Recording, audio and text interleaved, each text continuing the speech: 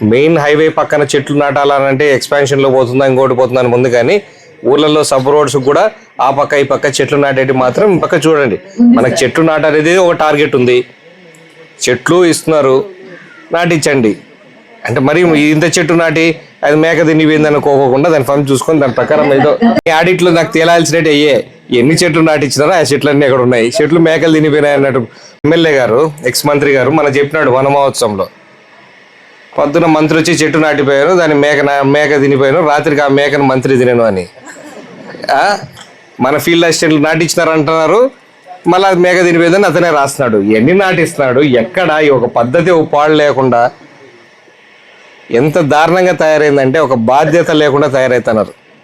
ఖచ్చితంగా చెట్లు నాటించారంటే నాటించండి, దాంట్లో ములాజు లేదు. చెట్లు నాటించాలంటే నాటించాలా, నాటించిన రాసుకొని వచ్చినారంటే ఈ ఆడిట్లో రాలేదంటే మాత్రం ఆడిట్ చేసిన వాళ్ళ మీద కూడా మళ్ళీ నేను రిపోర్ట్ రాయాల్సి వస్తుంది. పక్కా పని చేయించండి, పని దినాలు కలిగించాలా, ఉపయోగమైన పనులు చేయించండి. నేను ఎవరిని తీసిపోయి ఎండల్లో గుట్టల్లో అదే ఇంకా నరకం.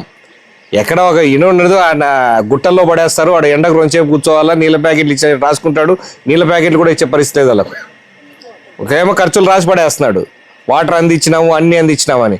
ట్రాన్స్పోర్ట్ సగం మందికి అందిస్తున్నారు, సగం మందికి అందియరు. వాడంతా వాడు పట్టుకొని రావాలని కూలి కావాలంటే మోటార్ సైకిల్లో గుట్టల్లో నేను చూసినా, నేను ఎలక్షన్ టైం తిరిగేటప్పుడు చాలా దారుణమైన కండిషన్స్ ఉన్నాయి. అవన్నీ లేకుండా అందరికీ రైతులకు ఉపయోగపడేటట్లు వీళ్ళకు ఎంత సాధ్యమైతే అంత చేయండి.